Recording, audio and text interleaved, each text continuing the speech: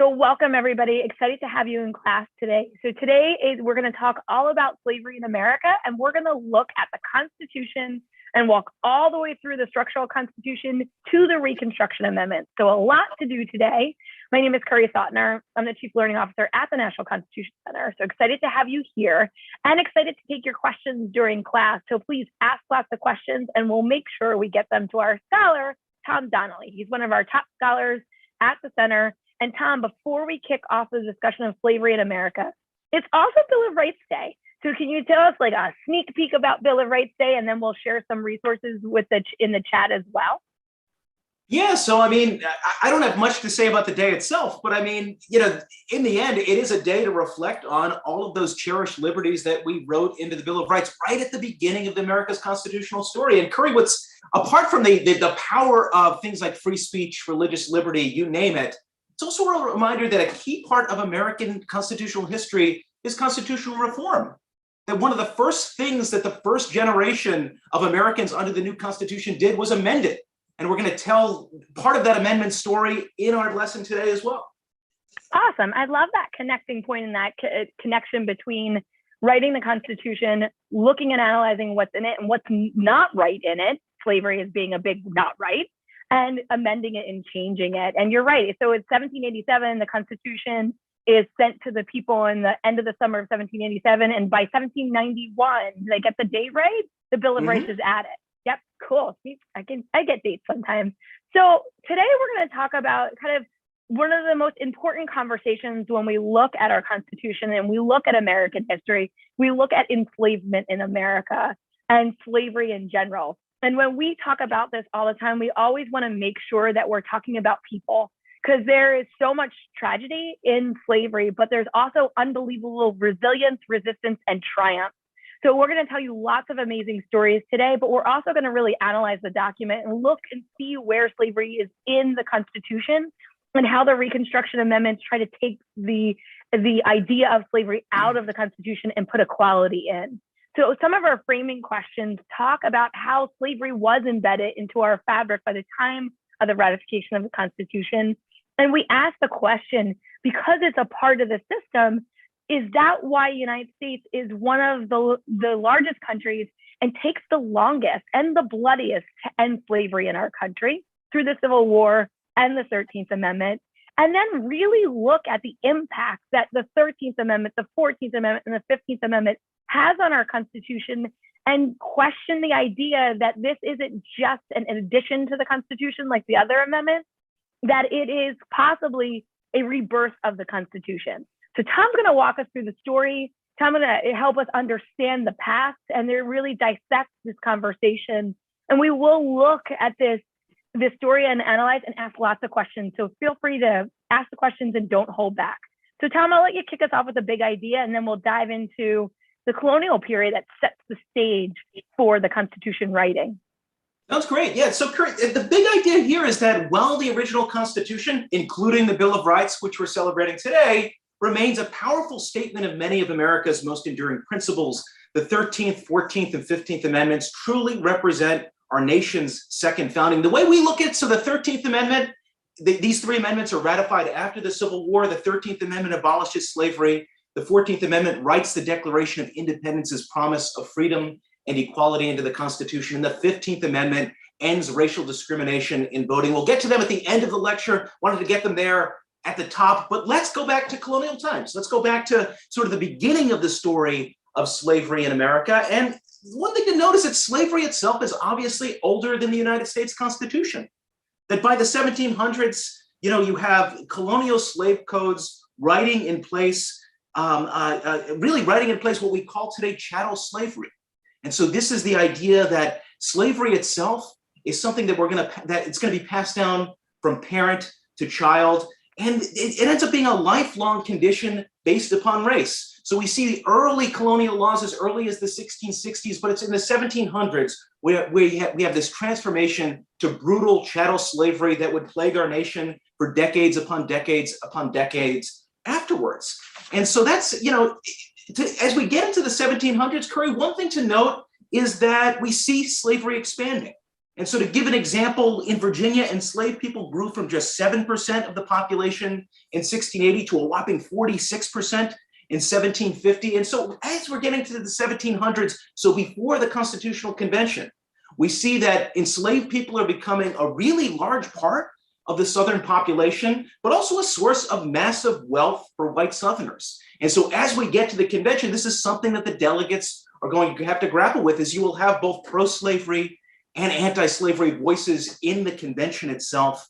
The other thing to note, though, is, of course, as we fast forward ahead to 1776, and as we declare independence and we write some of our most cherished liberties into that canonical document, and ideas like that we're all born equal, we're born free and equal, we see there at the nation's inception, at the Declaration of Independence, a mismatch between the institution of slavery and the very founding principles of our nation. And that mismatch is going to be a source of debate, dispute, conflict from then up until the Civil War, and arguably all the way up until today. And Tom, thank you for pointing that out, because at the same time, we're seeing slavery grow in the United States. And we're also seeing certain states trying to pull back. And we're telling the world that all men are created equal and that you are given an existence by God or by nature that no man can take away, and so these natural rights. And it is at odds. And even it's even at odds within people. So I was deep diving into a lesson around Jefferson and some of his Virginia notes.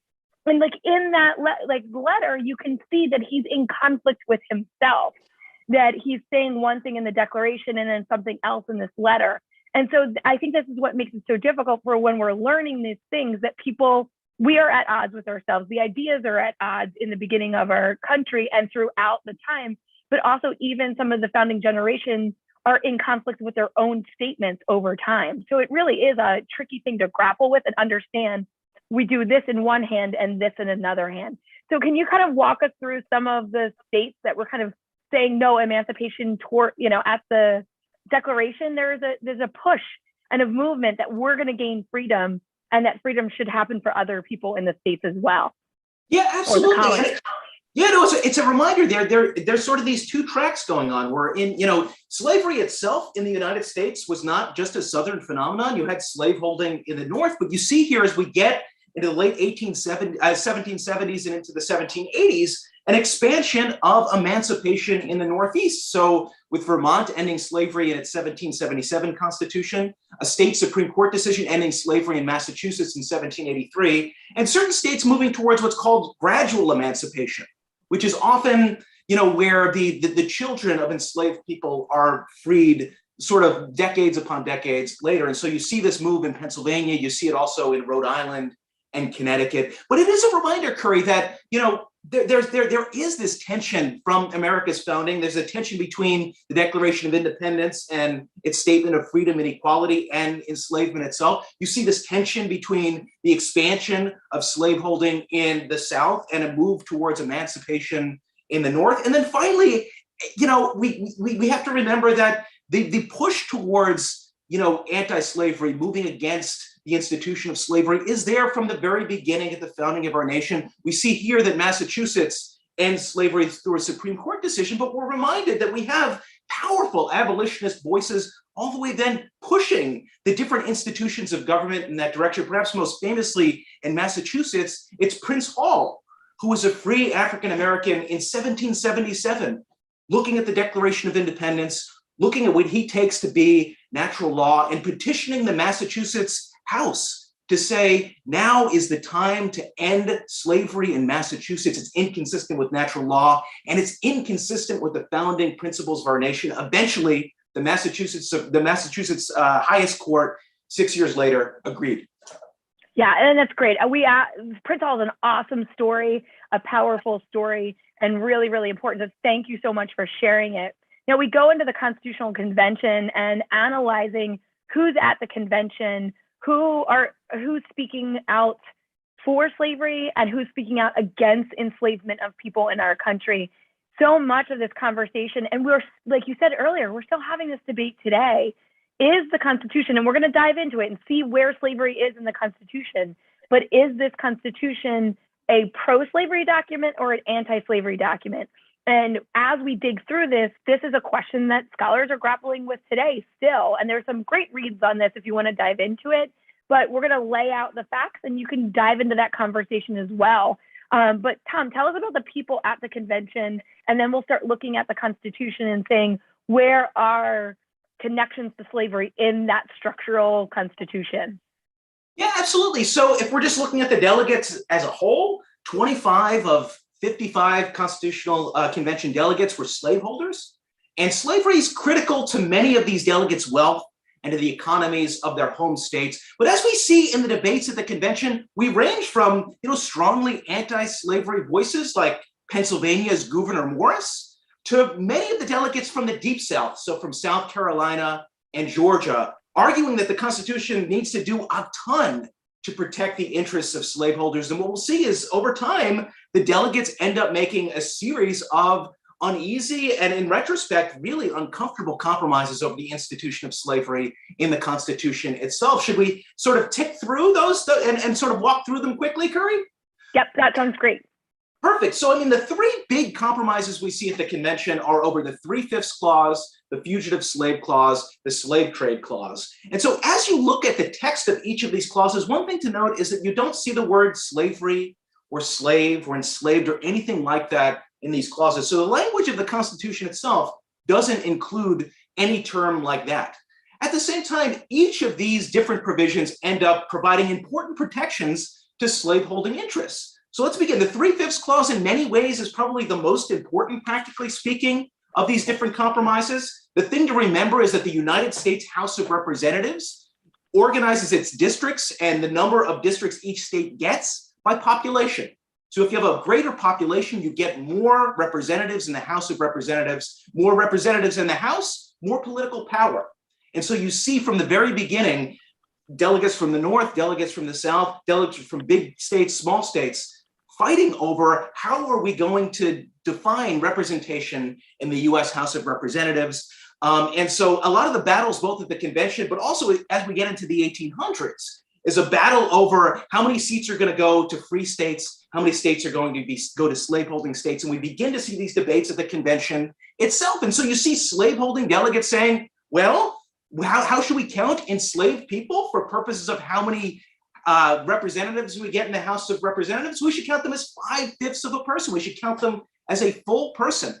And then you see many of the anti-slavery delegates saying, no, that's hypocrisy. How can you treat enslaved people as property, give them no rights, do nothing for them, and yet say that they should boost your political power in the House of Representatives? And so anti-slavery delegates, though they valued enslaved people as 5/5 of a person, argued that for purposes of how many districts, how many seats each state should get in the House of Representatives, that enslaved people should count as 0/5. And here's Gouverneur Morris on the screen, maybe in many ways the most powerful anti-slavery voice at the convention, referring to slavery as a, quote, nefarious institution, the curse of heaven on the states where it prevailed. So you have slaveholding states saying enslaved people should count as 5/5 of a person, anti-slavery delegates like Gouverneur Morris saying 0/5. In the end, the delegates at the convention reject both of these positions and reach the 3/5 compromise brokered by Connecticut's Roger Sherman, where they say enslaved people should count as 3/5 of a person for purposes of representation. Over time, this would magnify the power of the slaveholding states, giving them more political power, more seats in the House of Representatives.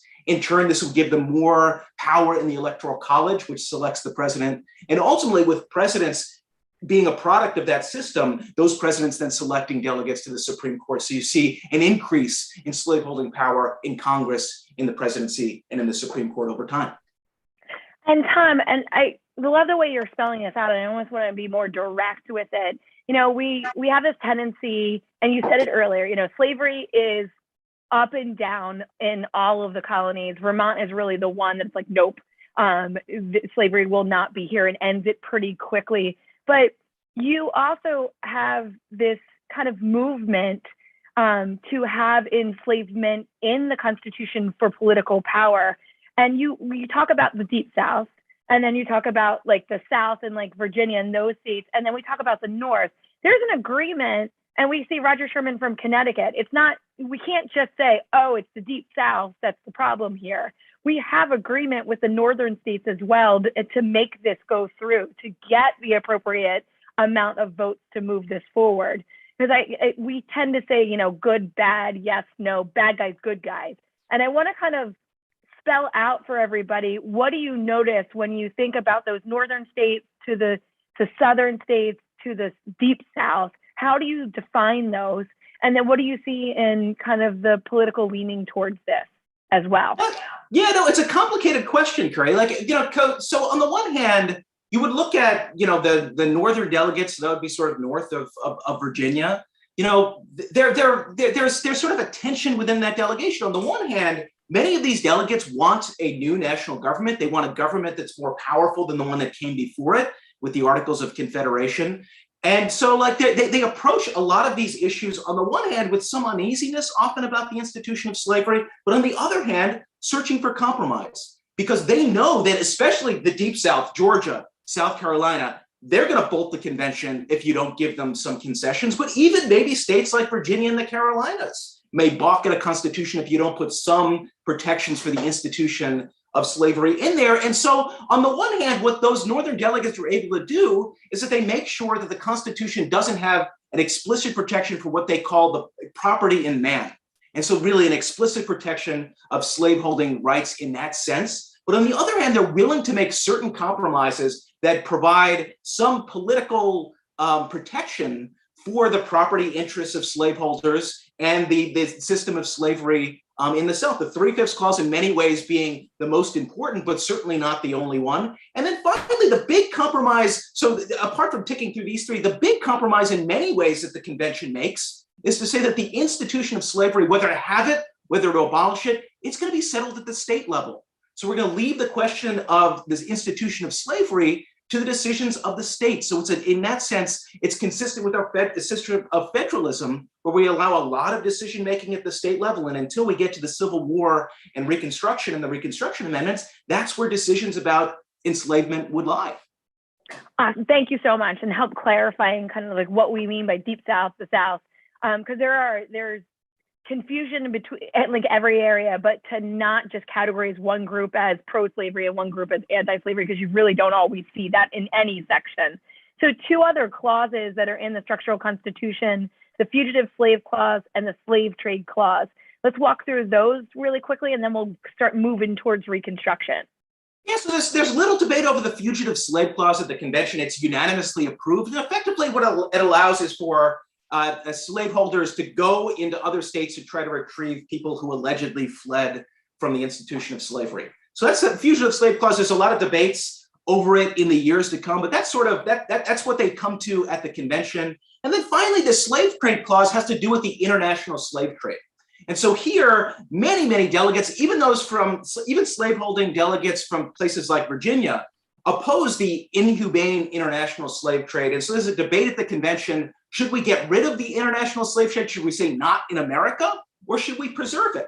And once again, the delegates end up coming to a compromise, and they say, we're going to allow the international slave trade until 1808. So Congress can't abolish that practice until 1808, but afterwards we're going to give Congress the power to do so. And so it ends up being sort of somewhere in between the most ardent anti-slavery position, which was to say, no international slave trade in the United States, and the most pro-slavery position, which in the end, where they said, no, the national government should have no power over this question. The delegates came to a compromise in the middle. This had great consequences, Curry, because between 1788 and 1808, we have 200,000 additional enslaved people brought from Africa to the United States. So it was of great practical and human consequences. Yeah, and I think that's really unbelievably important to say, like, oh, you know, it's a short amount of time, but it's really not. The impact is unbelievably massive.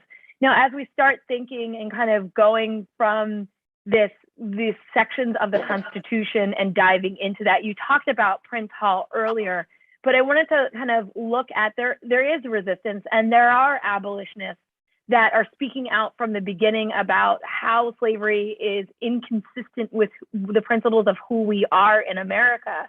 But can you define kind of, and I was sharing, like, I love the Sean Wilentz book, No Property in Man, but there is really clear definition of what's an abolitionist. and that they're very different, kind of thinking how many there are and how much popularity they have at different periods in time in American history. So I thought it would be fun to talk about like Prince Hall and some other early abolitionists and how much they were a unique aspect or not, depending on where they were at different time periods.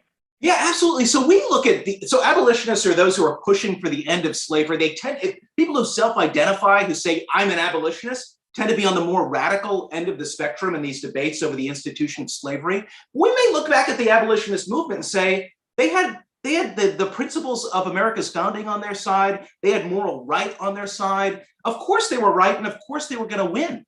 But for so many of these early decades, Curry, they were unbelievably unpopular. So, I mean, on the one hand, we do absolutely, right at the beginning, we have Prince Hall with his petition in 1777. We have Benjamin Franklin, the beloved the founder, and the Pennsylvania Abolitionist Society in the first Congress, sending a petition to the first Congress saying, look, enslavement and the international slave trade are inconsistent with who we are as Americans. Get rid of them now. Get rid of them yesterday. And so at the very beginning, we have these strong arguments saying that slavery is inconsistent with America and that we need to get rid of it. But you're right, Curry. Decades upon decades, it's a small minority of Americans, even in the North, even in the free states. But what we see as we get into the 1800s and especially the 1820s and 1830s, we would see the abolitionist movement grow. And it's a really extraordinary movement in the sense that, one, it's interracial. So you have African Americans and white Americans fighting enslavement. It also brings in both men and women. So even as women don't have, say, the vote at the ballot box, what they are able to do is, within the context of the anti-slavery movement, say, we're going to exercise many of the other rights that the Constitution gives us to push for our vision of a better America. And so using speech, press, assembly, these core First Amendment protections we celebrate today on Bill of Rights Day, being used by the abolitionist movement to push for the end of slavery in America.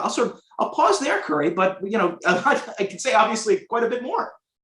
Yeah, and so and this is perfect because you're kind of like, they started very small. They are the outsiders. They are the radicals. They are the ones that are, very much seen as the others in society. And they start to build, but also at the same time, so does the pro-slavery groups build, like Calhoun.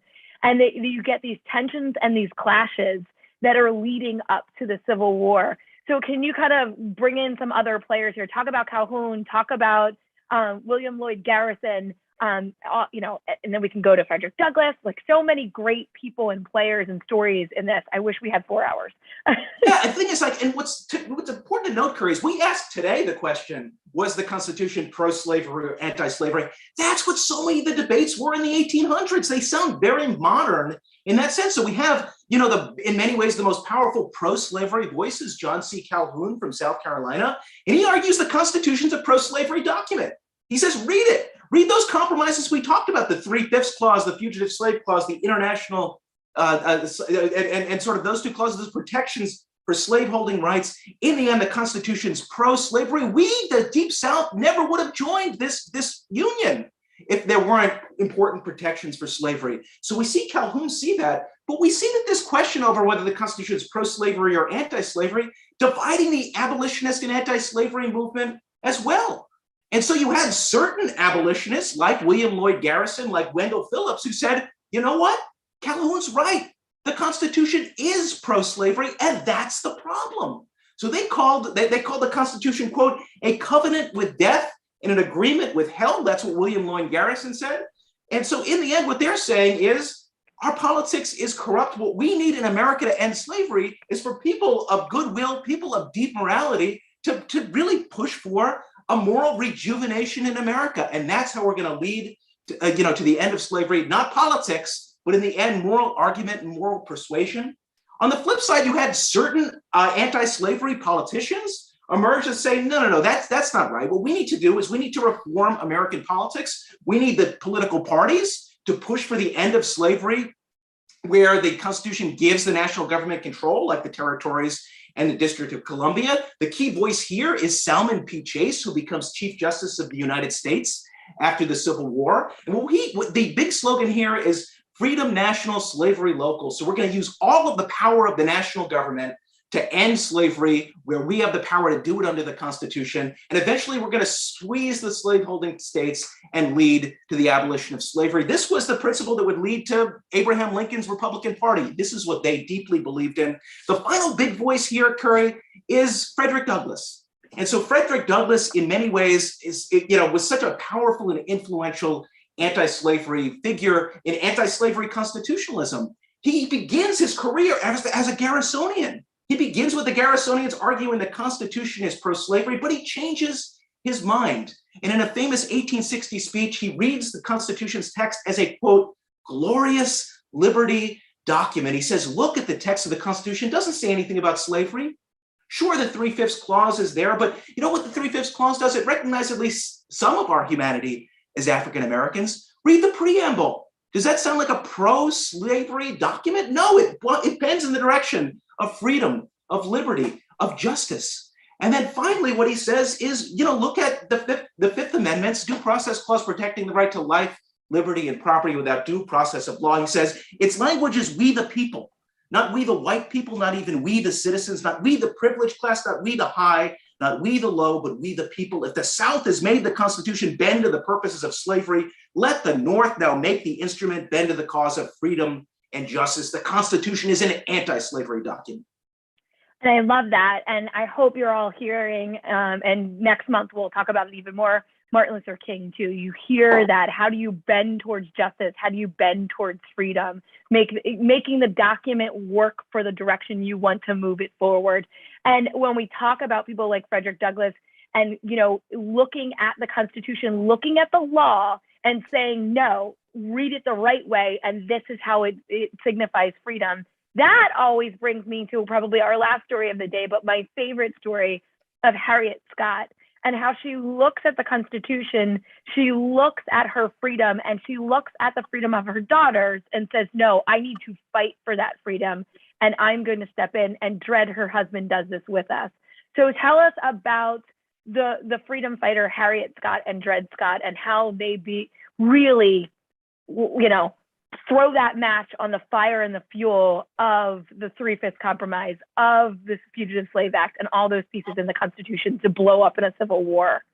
That sounds great. So maybe we'll do DRED Scott, and then I'll just say a little bit about the Reconstruction Amendment, says the capper.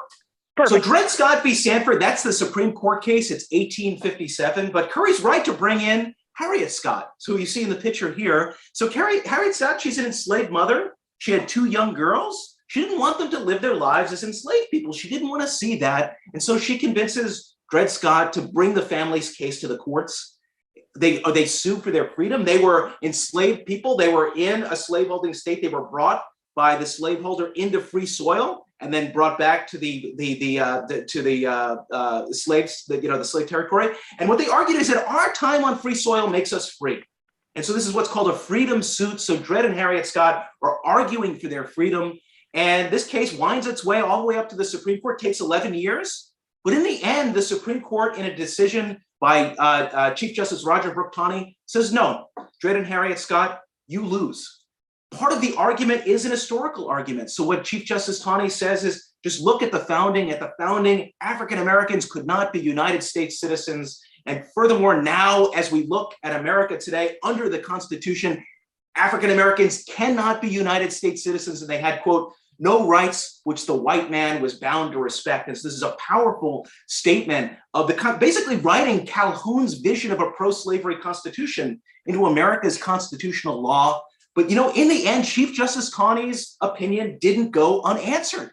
It was answered in his own time with 2 powerful dissents, one by Justice Benjamin Curtis and the other by Justice John McClain. And what they basically said is, read your history, Chief Justice Taney. You get the history wrong. At the framing and ratifying of the Constitution, African Americans could vote, African Americans could be citizens, and that was true then. It's true now. It's not as though we have racial equality in America, but there are states, mostly clustered in the Northeast, that recognize the full citizenship rights of African Americans. You simply got the history wrong. Of course, African Americans have been United States citizens, and of course they have rights which we're bound to respect. And then we would see this critique of DRED Scott help give greater energy to the rise of America's first anti-slavery party, the Republican Party, the first major party that was anti-slavery, give rise to America's first anti-slavery president, Abraham Lincoln. And so the last thing to note, Curry, is that so much of what happens during the Civil War and into Reconstruction